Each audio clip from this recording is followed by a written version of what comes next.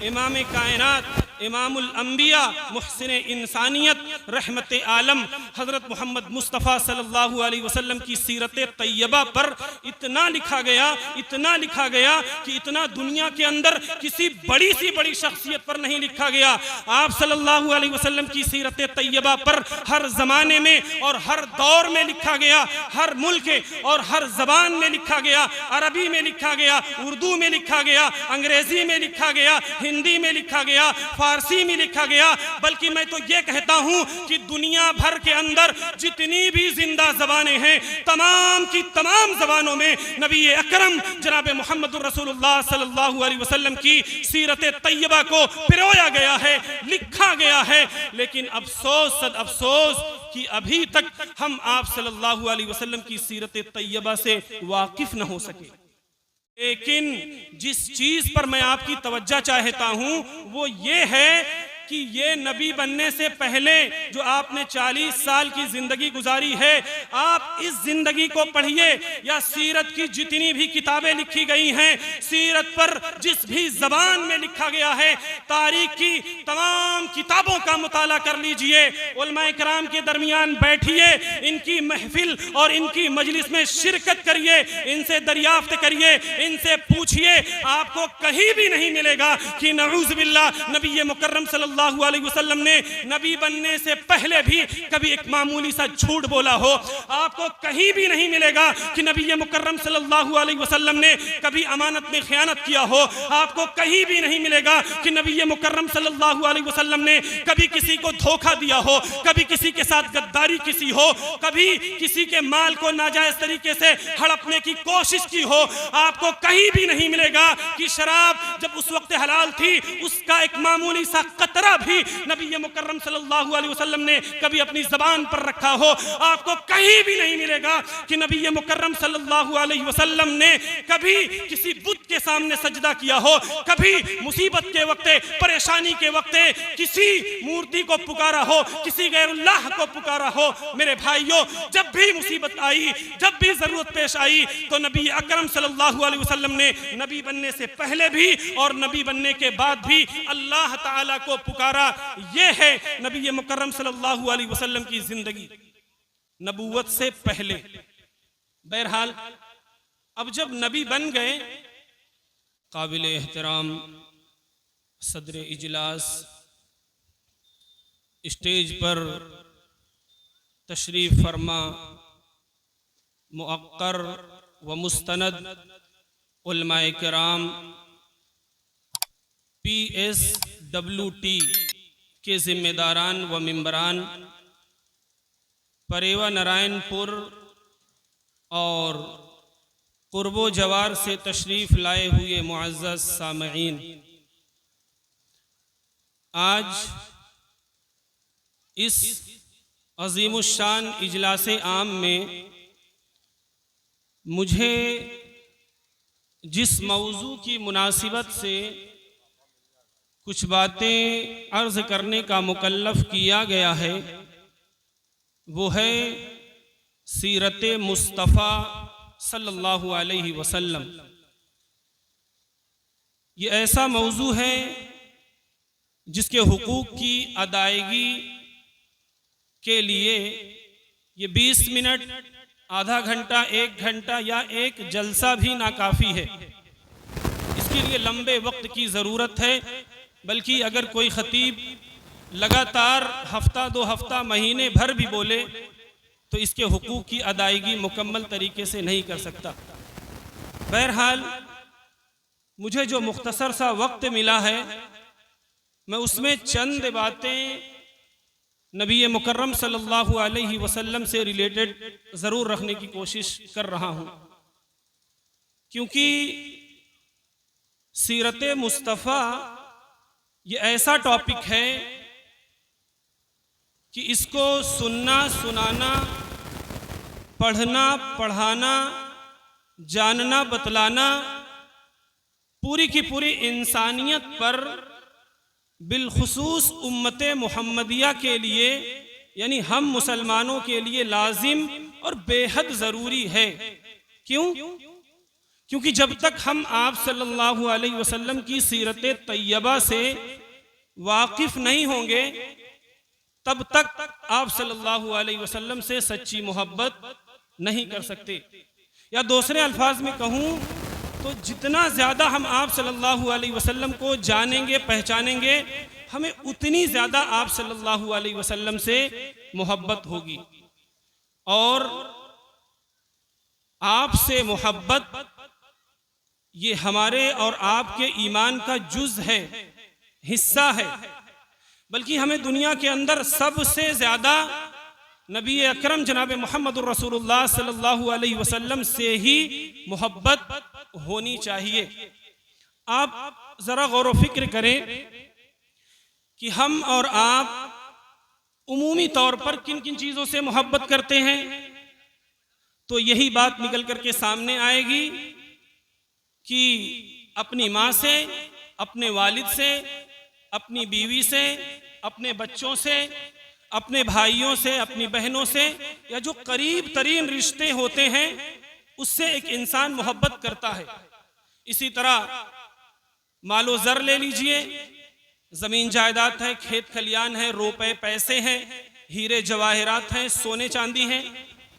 ये वो चीज़ें हैं जिससे एक इंसान बुनियादी तौर पर लगाव और मोहब्बत करता ही है। और इनसे मोहब्बत करना, इनसे लगाव रखना हमारी शरीयत ने रोका नहीं है, मना नहीं किया है। हाँ, ये हमारे सर पर चढ़ करके ना बोलने लगे, बल्कि ये तमाम की तमाम चीज़ें कुछ नहीं है। इन तमाम चीज़ों के बिलमुकाबिल नबी अकरम जनाब मुहम्मदुर रसूलुल्लाह सल्लल्लाहु अलैहि वसल्लम से सबसे ज़्यादा मोहब्बत होनी चाहिए। तब हम कामयाब हो पाएंगे, तब हम कामरान हैं, तब हमारा ईमान कामिल है। क्यों? क्योंकि नबी अकरम जनाब मुहम्मदुर रसूलुल्लाह सल्लल्लाहु अलैहि वसल्लम ने फरमाया, ला युमिनु अहदुकुम हत्ता अकूना अहब्बा इलैहि मिन वालिदिही व वलदिही वन नासी अजमईन, कि तुम में से कोई भी शख्स उस वक्त तक मोमिन नहीं हो सकता जब तक कि अपने वालिदैन और तमाम लोगों से बढ़ करके मोहब्बत नबी अकरम जनाब मुहम्मदुर रसूलुल्लाह सल्लल्लाहु अलैहि वसल्लम से ना हो जाए। और हम आप सल्लल्लाहु अलैहि वसल्लम से ज़्यादा मोहब्बत करें, आप सल्लल्लाहु अलैहि वसल्लम को ज़्यादा जाने पहचाने, आपकी इताअत व फरमा बरदारी करें। यही वजह है, यही वो असबाब हैं जिसकी वजह से इमाम कायनात, इमामुल अंबिया, मुहसिन इंसानियत, रहमत आलम हज़रत मोहम्मद मुस्तफ़ा सल्लल्लाहु अलैहि वसल्लम की सीरत तैयबा पर इतना लिखा गया, इतना लिखा गया कि इतना दुनिया के अंदर किसी बड़ी सी बड़ी शख्सियत पर नहीं लिखा गया। आप सल्लल्लाहु अलैहि वसल्लम की सीरत तैयबा पर हर ज़माने में और हर दौर में लिखा गया, हर मुल्क और हर ज़बान में लिखा गया। अरबी में लिखा गया, उर्दू में लिखा गया, अंग्रेज़ी में लिखा गया, हिंदी में लिखा गया, फारसी में लिखा गया। बल्कि मैं तो ये कहता हूं कि दुनिया भर के अंदर जितनी भी जिंदा ज़बानें हैं, तमाम की तमाम ज़बानों में नबी अकरम जनाब मुहम्मदुर रसूलुल्लाह सल्लल्लाहु अलैहि वसल्लम की सीरत तैयबा को पिरोया गया है, लिखा गया है। लेकिन अफसोस, सद अफसोस कि अभी तक हम आप सल्लल्लाहु अलैहि वसल्लम की सीरत तैयबा से वाकिफ न हो सके।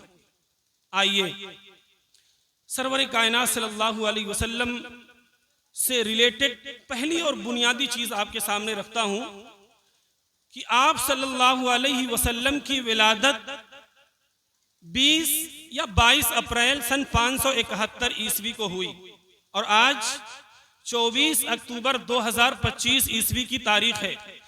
2025 में 571 को माइनस करेंगे तो बचेगा 1454, यानी नबी मुकर्रम सल्लल्लाहु अलैहि वसल्लम की विलादत को तकरीबन 1454 साल का वक्त गुजर चुका है। और हम सब ये जानते हैं कि आप सल्लल्लाहु अलैहि वसल्लम विलादत के फौरन बाद नबी नहीं बने। नबी कब बने? जब आपकी उम्र 40 साल को पहुंची, तब अल्लाह ताला ने आपको मनसबे नबूवत व रिसालत पर फायज किया। और नबी बनने के बाद वाली जिंदगी तो मिसाली है ही। नबी मुकर्रम सल्लल्लाहु अलैहि वसल्लम हमारे और आपके लिए आइडियल और मॉडल, गाइड, रहबर, रहनुमा तो हैं ही। लेकिन नबी बनने से पहले आपने विलादत से लेकर के 40 साल का वक्त गुजारा है। इसमें अल्लाह ने आपको नबी नहीं बनाया था, हाँ नबूवत के लिए तैयार जरूर कर रहा था, लेकिन इसमें आप नबी नहीं थे, हमारी और आपकी तरह आम इंसान थे। कहाँ रहते थे? किस समाज में? शहर मक्का के अंदर रहते थे। ये कौन सा मुआशरा था? ये कौन सा शहर था? ये वो मुआशरा था जहां पर अच्छाइयां थीं, लेकिन अच्छाइयों के साथ कसरत के साथ बुराइयां मौजूद थीं। बुराइयां कसरत के साथ पाई जाती थी। लोग झूठ भी बोलते थे, लोग चोरी भी करते थे, लोग मुसाफिरों को लूट भी लिया करते थे, गरीबों पर ज्यादती होती थी, मिस्कीनों को सताया जाता था, मजलूमों पर हर तरह से जुल्म और सितम किया जाता था, और जिनाकारी आम थी। शराब तो उस जमाने में हलाल ही थी, और तो और लोग गैरुल्लाह की इबादत किया करते थे। अल्लाह के अलावा माबूदाने बातिला की परस्तिश होती थी, उनकी इबादत होती थी। लोग उन्हें हाजत और मुश्किल के वक्त पुकारा करते थे। लेकिन जिस चीज पर मैं आपकी तवज्जो चाहता हूं वो ये है कि ये नबी बनने से पहले जो आपने 40 साल की जिंदगी गुजारी है, आप इस जिंदगी को पढ़िए, या सीरत की जितनी भी किताबें लिखी गई हैं, सीरत पर जिस भी जबान में लिखा गया है, तारीख की तमाम किताबों का मुताला कर लीजिए। उलमाए किराम के दरमियान बैठिए, इनकी महफिल और इनकी मजलिस में शिरकत करिए, इनसे दरियाफ्त करिए, इनसे पूछिए। आपको कहीं भी नहीं मिलेगा कि नऊज़ बिल्लाह नबी मुकर्रम सल्लल्लाहु अलैहि वसल्लम ने नबी बनने से पहले भी कभी एक मामूली सा झूठ बोला हो। आपको कहीं भी नहीं मिलेगा कि नबी मुकर्रम सल्लल्लाहु अलैहि वसल्लम ने कभी अमानत में खयानत किया हो। आपको कहीं भी नहीं मिलेगा कि नबी मुकर्रम सल्लल्लाहु अलैहि वसल्लम ने कभी किसी को धोखा दिया हो, कभी किसी के साथ गद्दारी किसी हो, कभी किसी के माल को नाजायज तरीके से हड़पने की कोशिश की हो। आपको कहीं भी नहीं मिलेगा कि शराब जब उस वक्त हलाल थी उसका एक मामूली सा कतरा भी नबी मुकर्रम सल्लल्लाहु अलैहि वसल्लम ने कभी अपनी जबान पर रखा हो। आपको कहीं भी नहीं मिलेगा कि नबी मुकर्रम सल्लल्लाहु अलैहि वसल्लम ने कभी किसी बुत के सामने सजदा किया हो, कभी मुसीबत के वक्त, परेशानी के वक्त किसी मूर्ति को पुकारा हो, किसी गैरुल्लाह को पुकारा हो। मेरे भाइयों, जब भी मुसीबत आई, जब भी जरूरत पेश आई, तो नबी अकरम सल्लल्लाहु अलैहि वसल्लम ने नबी बनने से पहले भी और नबी बनने के बाद भी अल्लाह ताला को पुकारा। यह है नबी मुकर्रम सल्लल्लाहु अलैहि वसल्लम की जिंदगी नबूवत से पहले। बहरहाल अब जब नबी बन गए, ये जिंदगी तो मिसाली है ही, अब जब नबी बन गए, 40 साल की उम्र में अल्लाह ने आपको नबी बना दिया। नबी बनने के बाद आपने अल्लाह के पैगाम को अल्लाह के बंदों तक पहुंचाना शुरू किया, तौहीद की दावत को आम किया। चूंकि आपको बहुत सारे लोग बचपन से जानते पहचानते थे, आपकी जिंदगी से वाकिफ थे कि आपने बचपन में कभी कोई झूठ नहीं बोला, आप हमेशा अमानत के साथ अमानतदारी करते रहे। शुरू से लोग जानते पहचानते थे, इसीलिए बहुत सारे लोग फौरन ईमान ले आए और दायरे इस्लाम के अंदर दाखिल हो गए। लेकिन बहुत सारे लोगों ने मुखालफत शुरू की, ईमान नहीं लाया, इनकार कर दिया, आपकी बात नहीं मानी, बल्कि उनकी मुखालफत इस कदर बढ़ गई कि आपके दुश्मन बन बैठे। और देखते ही देखते जैसे जैसे वक्त गुजरता गया, दुश्मनों की तादाद बढ़ती गई, मुखालिफिन की तादाद में इजाफा होता गया, और ये मुखालिफिन नबी मुकर्रम सल्लल्लाहु अलैहि वसल्लम को हर तरह से सताते थे, हर तरह से परेशान किया करते थे। मेरे भाइयों, आप सल्लल्लाहु अलैहि वसल्लम को कभी पागल कहा गया, कभी मजनू कहा गया, कभी दीवाना कहा गया, कभी शायर कहा गया, कभी किसी और दूसरे अलकाब से पुकारा गया।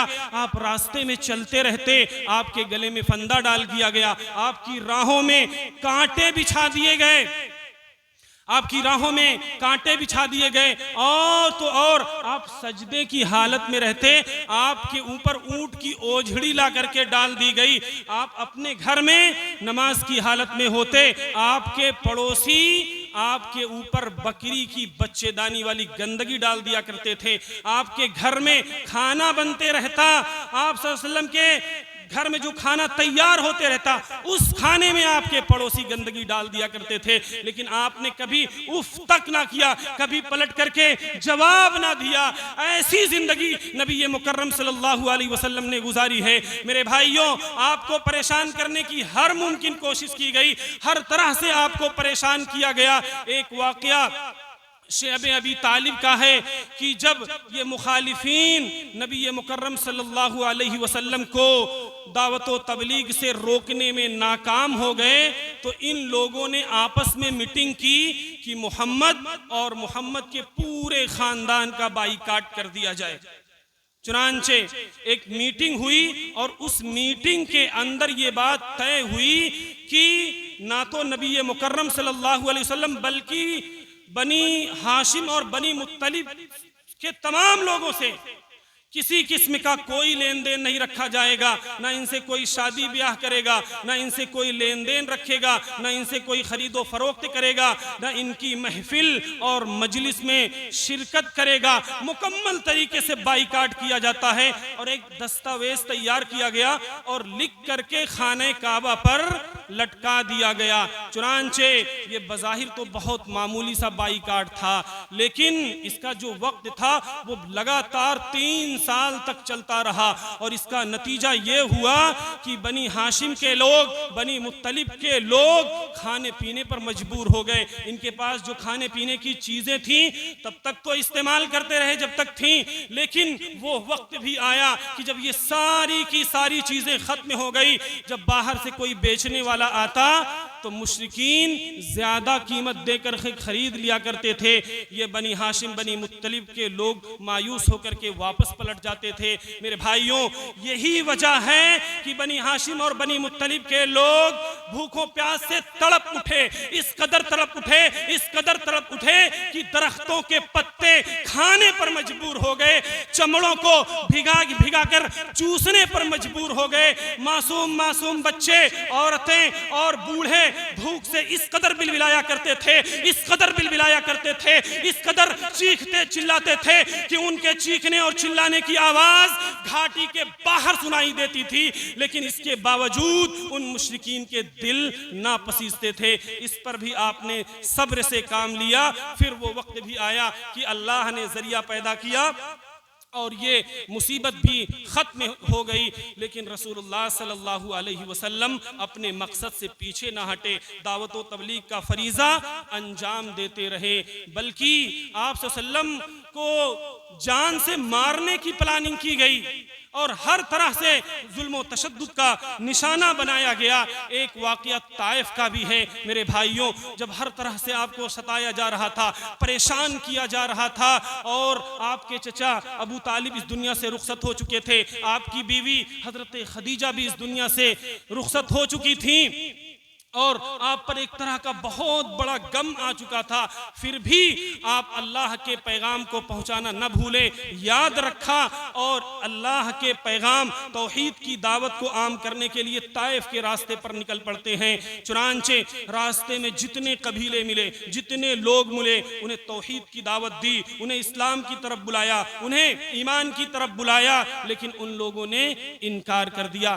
ताइफ पहुंचकर आपने वहां 10 दिन तक क्या किया।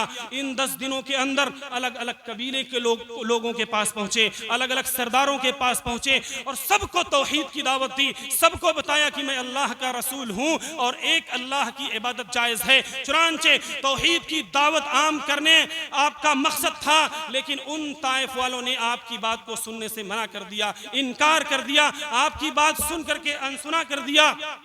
चुनांचे आपके पीछे वबाशों को, बदमाश लोगों को लगा दिया और ये वबाश किस्म के लोग, ये मक्कार किस्म के लोग आपके पीछे लग गए और आप पर गालियां, तालियां और पत्थरों की बारिश कर दी और इस कदर मारा था, इस कदर मारा था कि आपके पांव जख्मी हो गए और खून बह बह करके आपकी जूतियों में जम गए थे।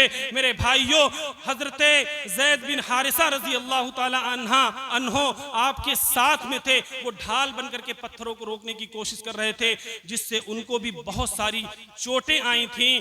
बिलाखिर रसूलुल्लाह सल्लल्लाहु अलैहि वसल्लम एक बाग में पनाह लेने पर मजबूर हो गए, तब जाकर के वो बदमाश किस्म के लोग वापस चले आए। उसी वक्त रसूलुल्लाह सल्लल्लाहु अलैहि वसल्लम ने अपने रब को पुकारा और गिड़गिड़ा करके रब्बे करीम से दुआ की, जिसे दुआए मुस्तज़अफ़ीन के नाम से जाना जाता है। मेरे भाइयों, इस दुआ में रसूलुल्लाह सल्लल्लाहु अलैहि वसल्लम ने अपने रब से शिकायत की, अपने रब को पुकारा, अपनी बेबसी का, अपनी कमजोरी का इजहार किया। चुनांचे अल्लाह ताला ने फरिश्तों को भेजा और कहा, जाओ मोहम्मद सल्लल्लाहु अलैहि वसल्लम की मदद करो। चुनांचे फरिश्ते नबी मुकर्रम सल्लल्लाहु अलैहि वसल्लम की खिदमत में हाजिर होते हैं और कहते हैं, ऐ मोहम्मद सल्लल्लाहु अलैहि वसल्लम, मुझे मेरे रब ने आपके पास भेजा है। अगर आप कहें तो इन ताइफ वालों को, जिन्होंने आपको सताया है, जिन्होंने आपको परेशान किया है, जिन्होंने आपको तकलीफ दी है, इनको हम दो पहाड़ियों के बीच में रख करके पीस दें।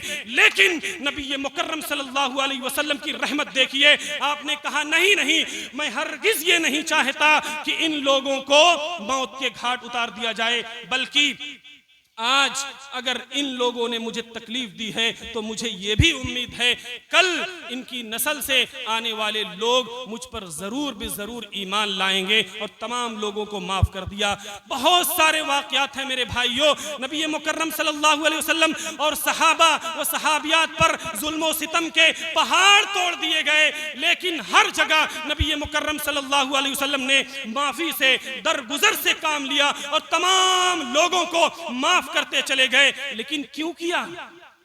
क्योंकि रब्बे करीम ने आप सल्लल्लाहु अलैहि वसल्लम को रहमतुल लिल आलमीन का खिताब दिया, और कुरान मजीद में जगह जगह आप सल्लल्लाहु अलैहि वसल्लम की शफकत, मोहब्बत, दिलसोजी, दर्दमंदी और बेपनाह इंसानियत के चर्चे किए गए हैं। मगर अफसोस, दुनिया आप सल्लल्लाहु अलैहि वसल्लम को इस हैसियत से ना जान सकी, दुनिया आप सल्लल्लाहु अलैहि वसल्लम को इस हैसियत से ना पहचान सकी, बल्कि दुनिया तो अब तक ये ना जान सकी कि आप सल्लल्लाहु अलैहि वसल्लम किसी एक कौम या मुल्क के लिए नहीं, बल्कि इस रूए जमीन पर बसने वाली सारी की सारी कौमों के लिए, सारी की सारी इंसानियत के लिए, तमाम जहान के लिए रहमत बनकर के आए थे। फरमाने इलाही है, वमा अरसलनाका इल्ला रहमतल लिल आलमीन, कि ऐ नबी सल्लल्लाहु अलैहि वसल्लम, हमने आपको तमाम जहान के लिए रहमत बना करके भेजा है।